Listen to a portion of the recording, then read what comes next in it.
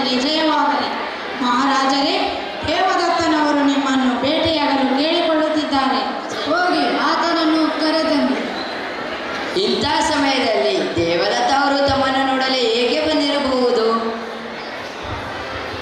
ಮಹಾರಾಜರೇ, ಆತ ಯಾರದ ವಿರುದ್ಧ ದೂರನ್ನು ಕೊಡಲು ಬಂದಿರಬಹುದು. ದೇವದತ್ತ, ಇಂಥ ಸಮಯದಲ್ಲಿ ನೀನು ನನ್ನ ಬಳಿ ಏಕೆ ಬಂದಿರುವೆ? ಮಹಾರಾಜರೇ, ಯುವರಾಜರು ನನ್ನ ಹಂಸಪಕ್ಷಿಯನ್ನು ತೆಗೆದುಕೊಂಡಿದ್ದಾರೆ. ನೀವು ನನಗೆ ನ್ಯಾಯ ಒದಗಿಸಿಕೊಡಬೇಕು ಮಹಾರಾಜರೇ. ಪ್ರಶಾಂತನಾಗು ದೇವದತ್ತ. ನಿನ್ನ ಹಂಸಪಕ್ಷಿಯನ್ನು ಸಿದ್ಧಾರ್ಥ ತೆಗೆದುಕೊಂಡಿರುವನೇ? ಹೌದು ಮಹಾರಾಜ, ಆ ಹಂಸಪಕ್ಷಿ ನನಗೆ ಸಂಬಂಧಪಟ್ಟಿದ್ದು. ಆ ಹಂಸಪಕ್ಷಿಯನ್ನು ಆತ ತೆಗೆದುಕೊಂಡಿದ್ದಾನೆ ಮಹಾರಾಜರೇ. ಇದು ಸಿದ್ಧಾರ್ಥನ ಕೆಟ್ಟ ನಡೆಯಾಗಿದೆ. ಹೋಗಿ ಆತನನ್ನು ಕರೆತನ್ನಿ. ಯುವರಾಜರು ಈ ತರದ ತಪ್ಪು ಮಾಡುವುದಿಲ್ಲ. ಇದು ಸಾಧ್ಯವೇ ಇಲ್ಲ ಮಹಾರಾಜರೇ. ಹೌದು ಹೌದು ಮಹಾರಾಜರೇ, ಯುವರಾಜ ಸಿದ್ಧಾರ್ಥನವರು ತಪ್ಪು ಮಾಡುವುದಕ್ಕೆ ಸಾಧ್ಯವೇ ಇಲ್ಲ. ನಾನು ಕೂಡ ಈ ಮಾತನ್ನು ಸಮ್ಮತಿಸುತ್ತೇನೆ. ಸಿದ್ಧಾರ್ಥ, ದೇವದತ್ತ ಹೇಳುತ್ತಿರುವುದೇನೆಂದರೆ ನೀನು ಅವನ ಹಂಸಪಕ್ಷಿಯನ್ನು ತೆಗೆದುಕೊಂಡಿರುವೆ.